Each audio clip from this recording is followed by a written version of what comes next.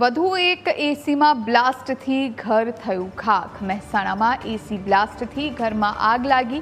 શક્તિનગર સોસાયટીમાં એસી બ્લાસ્ટ થતાં ઘરમાં આગ પ્રસરી। ફાયર બ્રિગેડે માત્ર 4 મિનિટની અંદર ઘટનાસ્થળ પર પહોંચી આગ પર કાબૂ મેળવ્યો। સદનસીબે આ ઘટનામાં કોઈ જાનહાનિ નથી થઈ।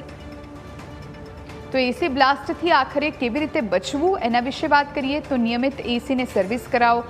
દર 600 કલાકના ઉપયોગ બાદ પ્રોફેશનલ સર્વિસ કરવું। આ સાથે ફિલ્ટરની સફાઈ પર ધ્યાન આપવું જોઈએ। એસીને સતત કલાકો સુધી ન ચલાવો। વાયરિંગ અને સ્ટેબિલાઇઝરનો ઉપયોગ કરો। રિફિલિંગ વખતે ઓરિજિનલ અને ગુણવત્તાવાળો ગેસ જ પુરાવો।